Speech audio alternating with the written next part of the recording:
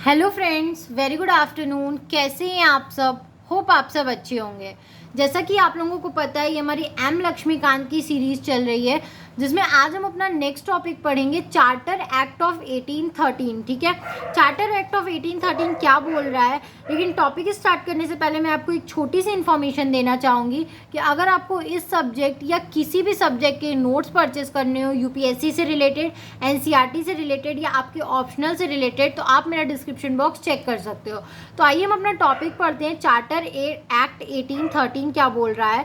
तो इसमें देखो, फर्स्ट पॉइंट क्या है, end of monopoly of east India company.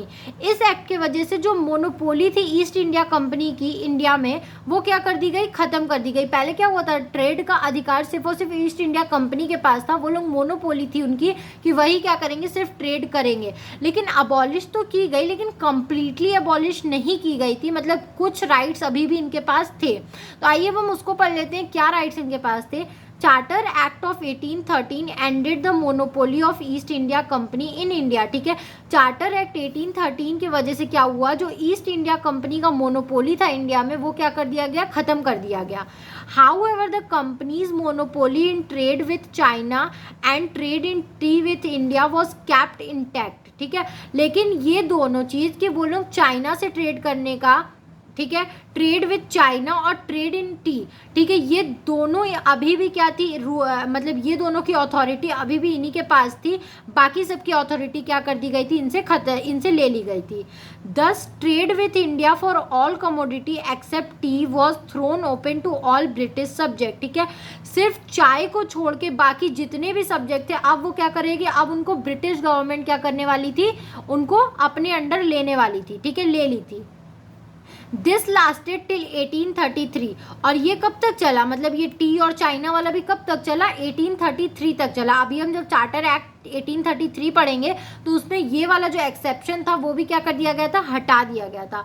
When the next charter abolish the trade off the company. ठीक है, इस चार्टर में क्या कर दिया गया था, इस पूरे ट्रेड को पूरे तरीके से अबॉलिश कर दिया गया था।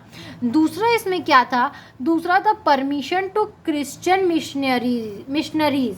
The act also granted permission to the person who wished to go to India for promoting moral and religious improvement Christian missionaries।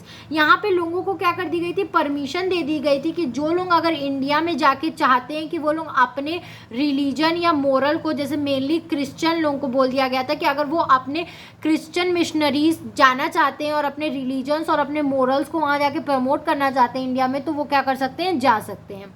There was also provision that company should invest ₹1 lakh every year on the education of Indians। ठीक है, और ये भी provision दिया गया कि जो company है वो हर साल क्या करेगी, 1 लाख रुपए इंडियंस के एजुकेशन पे खर्च करेगी। ठीक है, तो ये था हमारा चार्टर एक्ट 1813। तो ये टॉपिक हमारा यहीं तक था। आई होप आपको ये टॉपिक समझ में आया होगा। अगर फिर भी आपको कहीं भी कोई भी प्रॉब्लम है तो आप मुझे कमेंट सेक्शन में कमेंट करके पूछ सकते हो।